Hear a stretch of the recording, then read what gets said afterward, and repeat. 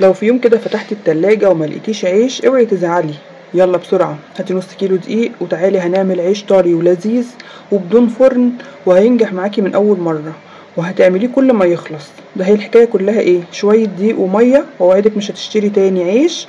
والعيش ده كمان هينفع معاكي طول شهر رمضان، للسحور للفطار. بجد حاجة جميلة جدا وحاجة هتفرحي بيها اوي وانت بتعمليها. وطبعا الخبيث في البيت احنا عارفين كله بركة، وريحة الخبيث في البيت وكمان في الشتاء بيخلي الجو معاكي تحفة وجميل جدا. يلا هاتي الدقيق وتعالي ورايا علشان نعمل العيش الشامي او العيش المصري او العيش اللي انت شايفاه قدامك ده. هنعمله بكل سهولة. شايفين العيش بينتفخ ازاي؟ يعني العيش بقى عامل زي البالونة وحاسة ان هو خلاص هيفرقع في وشي. يلا بينا نقول بسم الله الرحمن الرحيم. نشوف بقى عملنا العيش ده ازاي. بصوا العيش جماله تحفة بجد، هتعمليه جنب اي اكل ومع اي اكل مش هيقول لا. هنقول بسم الله الرحمن الرحيم. معايا هنا الدقيق بتاعي، هاتي الكمية اللي انت عايزاها. انا استعملت هنا 4 كوبايات من الدقيق، الكوباية المعيارية دي. تقدري تعملي اي كمية بقى، تقدري تعملي كمية كبيرة وتحفظيه في الفريزر. عايزة تعمليه طازة بطازة اعملي الكمية اللي على قدك واعمليه وقت ما يخلص هتعمليه تاني بكل سهولة، لانه مش هياخد معاكي وقت خالص. من سهولته يعني هتقولي ان انا هعمله كل يوم اسهل، علشان كمان تاكلي العيش يبقى طازة كده وجميل. ادي ال4 كوبايات من الدقيق، حطيت عليهم كده معلقة كبيرة خميرة فورية، هنحط كمان معاهم معلقة سكر، وهنحط كمان رشة ملح او معلقة صغيرة يعني. بس كده هي دي كل المكونات، واعتقد ان المكونات دي كلها موجودة في اي بيت او سهل كمان انك تجيبيها بكل سهولة. عندك بقى لبن، عندك زبادي، عندك مية، عندك لبن بودر. بصي اي حاجة من الحاجات دي اضافات ممكن تحطيها. ما عندكيش خالص زي كده اعملي بمية دافية. انا عندي هنا مية دافية، طبعا المية بقى ملهاش معيار، احنا هنحط كده بالبركة لحد لما العجين يتلم معانا. عايزة بقى تعايري وتعرفي المقدار قد ايه، حوالي كوباية. انا خدت كده لان كنت مسخنه الميه في البراد عشان تبقى دافيه، فاخدت كده من البراد على طول. بنعرف بقى ايه لما العجينه بتتلم خلاص معانا بنبطل ان احنا نحط ميه. زي ما قلت لك تقدري تحطي كوبايه زبادي وتحطي ميه، تقدري تحطي لبن، تقدري تحطي لبن رايب، تقدري تحطي لبن بودر وميه برضو. طبعا كل ده قيمه غذائيه وكل ده اضافات، لو عندك زياده اعمليها، ما عندكيش خلاص. خدت بقى العجين كده على الرخامه وهنزل بقى ايه لت وعجن فيه كده، نطلع كل اللي في نفسيتنا. العجين ده حلو قوي، بيخرج اي حاجه وحشه في النفسيه.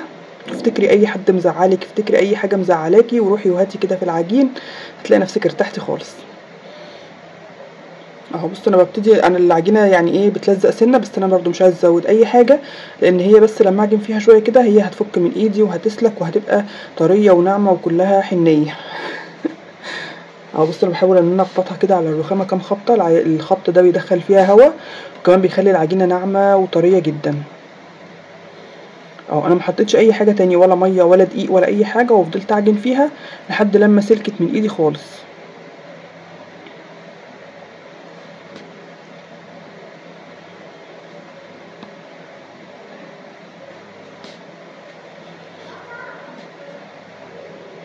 اهي بصوا العجينه طريه ازاي، طريه وناعمه وملساء وتحفه جدا.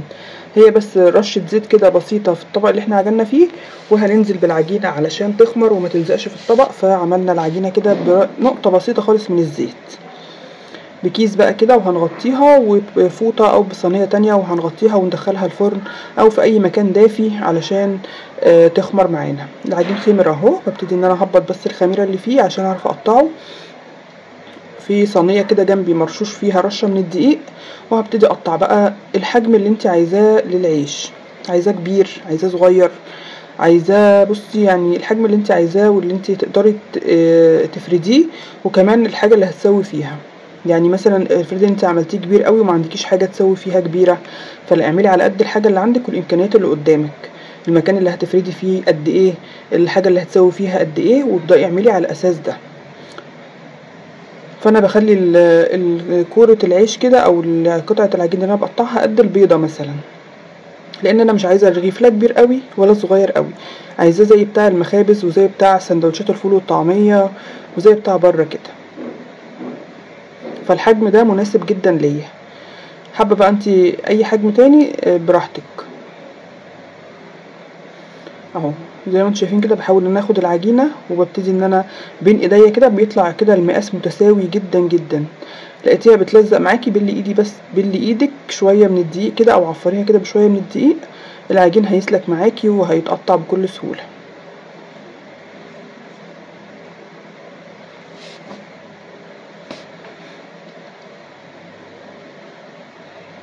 انا بصراحه الحركه دي بحب اقطع بيها القرص، العيش، اي حاجه بحب اعملها بقطعها بنفس التقطيعه دي، لان زي ما انتم شايفين كده بتطلع لي العجينه مقاس واحد، يعني كانها مكنه مكنه ربانيه كده في تقطيع العيش او تقطيع العجين عموما.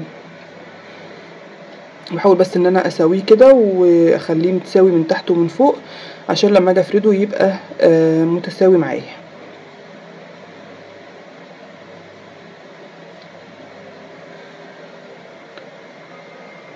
خلصت بقى كمية كلها تقطيع بالشكل اللي انتوا شايفينه ده. عملوا معايا حوالي 16 او 17 رغيف من العيش، يعني تخيلي نص كيلو دقيق عملك قد ايه. وكمان انت اللي ممكن تعمليه اصغر من كده يقطعلك 20 رغيف مثلا.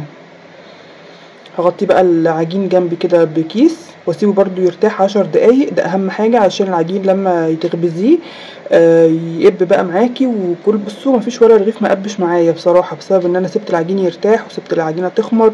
اهم حاجة انك تخمري العجينة كويس وتسيبيها ترتاح في كل مرحلة على رشة دقيق كده خفيفة. وهبتدي بقى كده ايه بالنشابة او بالفرادة دي ابتدي ان انا افرد العجينة. طبعا ما ترققيهاش قوي يعني قوي على الاخر، ولا تخليها تخينة قوي عشان ما يبقاش فيها قلب كبير او فيها عجينة من جوه يعني او لب عيش يعني. لكن ولا ترفعيها قوي علشان برضو ايه تستوي كده وتبقى حلوة ويبقى فيها سمك كده ومحملة والرغيف يقب معاكي ويبقى حلو. ما تكتريش برضو الدقيق اللي انت بتفردي عليه علشان لو العجينه فيها دقيق من بره او كده ممكن يتحرق معاكي وانت بتخبزيه او حاجه. بحاول ان انا انفضه كده. بصوا العجينه قد ايه اهو. خلي بالكم ان هو لسه هيرتاح ويخمر، فبرضو ما تخلوهوش تخين قوي. رشه كده خفيفه وبقلب فيها الرغيف من الجهتين وببتدي ان انا افرد زي ما انتم شايفين، وبرص جنبي على فوطه او على كيس او على اي يعني حاجه اقدر ان انا بعد كده اشيل منها، وكمان تحافظ لي على العيش طري مش ناشف. العجينه يعني ما تنشفش في جنبي وانا رصاها، فبحط على فوطه وبغطيها بفوطه. انا بعمل كل العيش الاول بفرده وبعد كده بروح على البوتاجاز اسوي مره واحده، لان طبعا يكون العجين بقى ايه خد وقته في الراحه وخمر وسبناه يعني ايه براحته خالص. لكن لو هتخبزي اول باول كده اللي هتعمليه تحطيه على العين البوتاجاز مش هيرتفع معاكي ومش هيبقى مستوي حلو. لازم تسيبيه كده ايه يرتاح ويخمر. طبعا العيش ده حلو جدا بقى في رمضان السحور كده مع الفول والطعميه. ينفع برضو في لو انت عامله اكل مثلا شاورما كفته اي حاجه عايزه تتاكل بعيش تقدري تعملي جنبها العيش ده بقى وتعمليها سندوتشات كده حلوه جدا وبتفتح النفس بصراحه. وحتى لو في ايام عاديه وعايزه تعمليها للفطار للجبنه الحاجات دي بتبقى جميله جدا بصراحه. بيأكل عن اي عيش. العيش بصراحه بتاع الافران ده اللي هو كمان بالبطاقه ده استغفر الله العظيم يا رب، يعني بيكرهونا في الاكل. طعمه طبعا فيه مراره كده ومش حلو، وتلاقي العيش بيقرقش. والله دروسنا واسناننا باظت من العيش. اهو خلصت بقى. بصوا الكميه كلها ببتدي ان انا اللي اخده احطه على فوطه واغطي بنفس الفوطه كده ايه اهو عاملاها جزئين كده، وببتدي برضو اطبق لجوه تاني وارص فيها العيش. يعني عملتها 4/4 كده بين كل راق في عيش. ده كان اخر رغيف وانا كنت مغطياه بقى بفوطه تانية. بصوا حاطه العيش فوق بعضه كده ايه على الفوطه كذا طبقه، وبسيبه طبعا يرتاح كده حوالي 10 دقايق ربع ساعه. وبعد كده بنروح على طول على البوتاجاز علشان نسوي. بصوا بقى ميزه الفوطه ان انت بتاخدي كده بتمسكي الفوطه وبتاخديه على ايديكي، العيش ما بيتقطعش معاكي ما بيتخرمش ما بيحصلوش اي حاجه، لانه لو خد بس نغزه واحده العيش مش هيقب معاكي خالص. فالطاسه تكون سخنه بحطه كده اول ثانيه وبعد كده بقلبه على طول على الجهه التانية يتشمع برضو على طول اول ثانيه. وطول ما انا واقفه بقى بقلب فيه علشان يستوي من الجهتين زي بعضه وقلبه كمان يبقى مستوي. وتأكدي ان هو خلاص استوى. هتلاقي بقى بصوا الرغيف بيقب معاكي. بصوا ازاي ما تستنوهوش برضو ان هو يقب كله او ياخد لون من جهه وبعدين تقلبيه على الجهه التانية، لا طول ما انت واقفه بتقلبي فيه علشان يستوي من الجهتين زي بعض. عايزه اقول لكم ان مفيش ولا رغيف مقبش، كل الارغفه قبت معايا زي ما انتم شايفين كده. الطريقه دي سهله جدا وبسيطه جدا جدا. لو عندك بقى طاسه كبيره، عندك الطاسه اللي هي بتاعه الكريب دي تاخد رغيفين او 3 تقدري تعملي فيها. عايزه بقى تدخليه الفرن، رصيه برده في صينيه ودخليه الفرن بس يكون سخن جدا، وشغلي من فوق ومن تحت. لو عندك الخاصيه دي هيستوي وهيقب وهيبقى حلو قوي. لكن طبعا دي سهله قوي ان انت تحطي على عين البوتاجاز، ممكن تحطي طاستين لو انت مستعجله او حاجه، حطي طاستين، حطي مصفى، انا كنت عاملهم لكم قبل كده على مصفى، على طاسه، اي حاجه يعني، اي صينيه عندك الومنيوم، تيفال، اي حاجه اللي تقدري تسوي عليها. بصوا بقى واخد لون وقابب وتحفه، وريحه الخبيث في البيت روعه بجد، حاجه تفتح النفس. بطلعه طبعا برضو احطه على فوطه علشان يفضل معايا طري اهو. بقول لكم ان انا خلاص بقى الطاسه سخنت. بصوا اول ما بحطه بيقب على طول، اول ما يتشمع من جهه بقلبه على الجهه التانية، وهيبتدي هو بقى يعلى معايا ويطلع كده زي ما انتم شايفين. طبعا انت اول ما تشوفي العيش بيقب معاكي كده طبعا بتفرحي بنفسك كده وتفتخري ان انت بتعملي لهم حاجه في البيت كده، ايه، من صنع ايديكي، حاجه كده ناجحه وحاجه بجد حلوه قوي. شايفين الجمال بقى والحلاوه؟ مش عايزه اقول لكم الطعم والريحه وكل حاجه بجد يفتح النفس.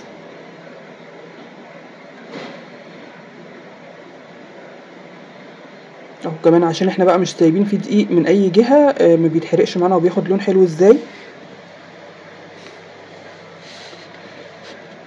طبعا انا كنت عايزه اوريكم كل العيش بصراحه، كل ما الرغيف يقب عايزه اوريه لكم، فانا مصوره لكم اكبر قدر. عايزاكم تفرحوا معايا وعايزاكم تتشجعوا وتقوموا تعملوه. ممكن تعملوا كميه قبل رمضان كده وتحطوها في الفريزر وتطلعوا منها للفطار او للسحور، حاجه جميله جدا. اهم حاجه بس بالراحه وانت بتقلبي كده او وانت بتاخديه من على الفوطه، علشان لو سباتيولا مثلا او ايديكي او اي حاجه نغزوا نغزه كده مش هيقب معاكي خالص، فخلي بالك. بصوا بقى القببان بتاع العيش، بصوا بصوا بصوا بصوا بيتنفخ زي البالونه، هيطق دلوقتي.